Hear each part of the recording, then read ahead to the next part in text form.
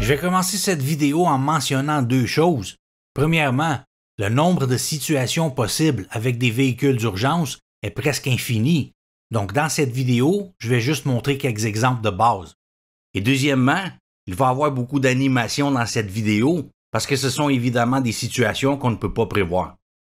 Donc quand on voit ou on entend un véhicule d'urgence derrière, on doit évidemment se tasser.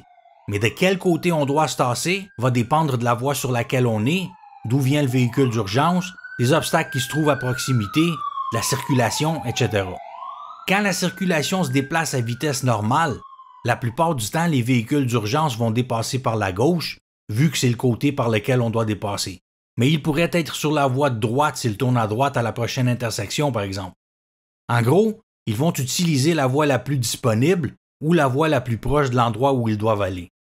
Donc le plus important ici est de regarder les rétroviseurs pour déterminer où ils se trouvent et possiblement aussi déterminer où ils veulent aller en analysant l'angle du véhicule par exemple. Il est important de mettre le clignotant et faire nos vérifications avant de se tasser d'un côté ou de l'autre, même si tout le monde alentour devrait s'attendre à ce qu'on le fasse parce qu'ils ne savent pas forcément de quel côté on veut se tasser. Et c'est surtout important si on se tasse à droite, vu que c'est le côté où se trouvent les autres usagers de la route comme les cyclistes, les skaters, les patineurs, etc. Si on est sur l'autoroute pris dans la circulation dense et qu'on entend un véhicule d'urgence s'approcher, on va être tenté de se déplacer dans la voie d'accotement vu qu'elle est normalement vide. Mais c'est exactement la même raison pour laquelle les véhicules d'urgence l'utilisent souvent aussi. Donc on s'assure de regarder nos rétroviseurs et de savoir où ils sont avant de le faire. Si la circulation est fluide, il devrait être sur la voie de gauche. Rappelez-vous que sur l'autoroute, la voie de gauche est réservée au dépassement, donc les gens ne doivent pas y rester après avoir dépassé. Donc pour cette raison, ça devrait toujours être la voie la plus disponible. Maintenant, la question, si on n'a pas d'autre choix, peut-on traverser un feu rouge pour laisser passer un véhicule d'urgence? Et c'est une bonne question. Dans la plupart des endroits, la loi n'est pas tellement claire là-dessus, et même si elle l'était, comme je l'ai dit plus tôt, il y a tellement de situations possibles qu'on va devoir tout simplement utiliser notre jugement. Bien sûr, il est interdit de brûler un feu rouge, mais il est également interdit de bloquer un véhicule d'urgence. Oui, il y a un risque de collision si on traverse un feu rouge, mais il y a aussi le risque que la personne dans l'ambulance meure si elle n'arrive pas à l'hôpital à temps, ou qu'un incendie se propage de façon incontrôlable si les pompiers n'arrivent pas à temps, ou que quelqu'un se fasse tuer si la police n'arrive pas à temps, et ainsi de suite. Et on doit aussi garder à l'esprit qu'ils vont probablement devoir traverser plus d'un feu rouge, donc l'accumulation du temps perdu à tous ces feux pourrait avoir des conséquences dramatiques. Je ne peux donc pas vous recommander de traverser un feu rouge dans une situation comme celle-là. Je vous laisse vérifier auprès de vos autorités locales si c'est autorisé à l'endroit où vous conduisez. Si c'est autorisé, la première option devrait être de tourner à droite. C'est l'option la plus sécuritaire car c'est celle qui exige qu'on traverse le moins de voies. C'est la raison pour laquelle le virage à droite à un feu rouge est permis à de nombreux endroits. Maintenant, dans la plupart des cas, on va pouvoir tourner à droite. Mais si on ne peut pas le faire pour une raison quelconque, parce que c'est une rue à sens unique par exemple, l'autre option serait d'avancer et se tasser autant que nécessaire pour laisser le véhicule d'urgence passer. Maintenant, on ne peut pas rester dans l'intersection parce que quand la circulation va se remettre en marche, on va bloquer tout le monde. Donc après que le véhicule d'urgence est passé, on traverse en faisant attention au trafic venant des côtés, bien sûr. Étant donné que le véhicule d'urgence a ses sirènes, il est en train d'attirer non seulement notre attention, mais aussi l'attention de tout le monde alentour. Et vu qu'on est proche de lui, les gens devraient nous voir aussi et réagir en conséquence. Maintenant, ce qu'on ne peut pas faire, c'est de suivre le véhicule d'urgence et de passer chaque feu rouge ou chaque arrêt derrière lui. Voici une situation dont j'ai été témoin une fois, et je jure que j'ai pas inventé ça.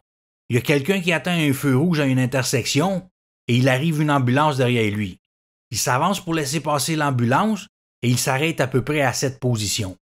Après que l'ambulance est passée, le gars, en bon citoyen respectueux des lois qu'il est, veut absolument respecter le feu rouge, donc il met en marche arrière et revient attendre derrière la ligne d'arrêt jusqu'à ce que le feu devienne vert.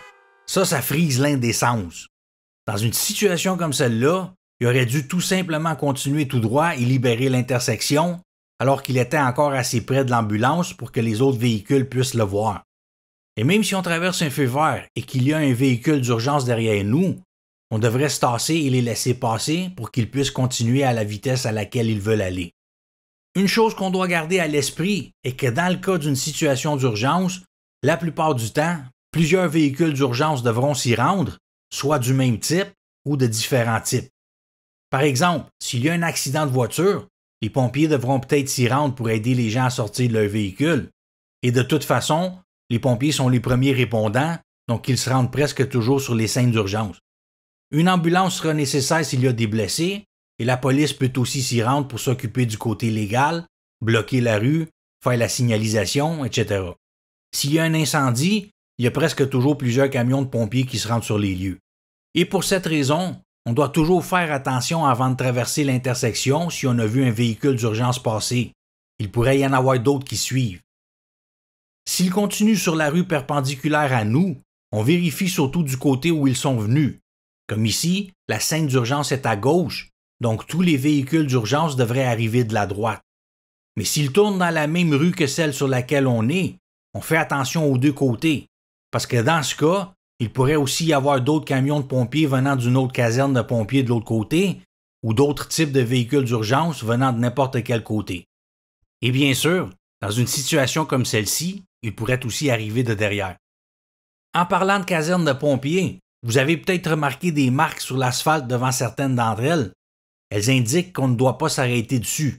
Cet espace doit toujours être libre au cas où les camions devraient sortir en cas d'urgence. Si on est sur le point de traverser une intersection et qu'un véhicule d'urgence approche de l'intersection dans la direction opposée, on s'assure de savoir où il veut aller avant de traverser. Maintenant, vous allez dire, oui, mais ils devraient avoir leur clignotant s'ils veulent tourner, non? Ce qui arrive, c'est que, même s'ils les ont, avec toutes ces lumières qui clignotent et le stress de la situation, on ne remarquera probablement pas les clignotants. Donc, dans une situation comme celle-là, on ralentit progressivement, on attend de savoir où ils vont et ensuite on continue. Et c'est particulièrement vrai si le véhicule est dans la voie la plus proche de nous. Et n'oubliez pas qu'on ne doit pas bloquer les intersections pour de nombreuses raisons, et l'une d'entre elles est s'il y a un véhicule d'urgence qui doit traverser. Dans la prochaine vidéo, comment réagir au son des véhicules d'urgence ainsi que quelques faits intéressants sur ces sons et le corridor de sécurité. Donc restez à l'écoute et à bientôt. 14 Roxbury Road.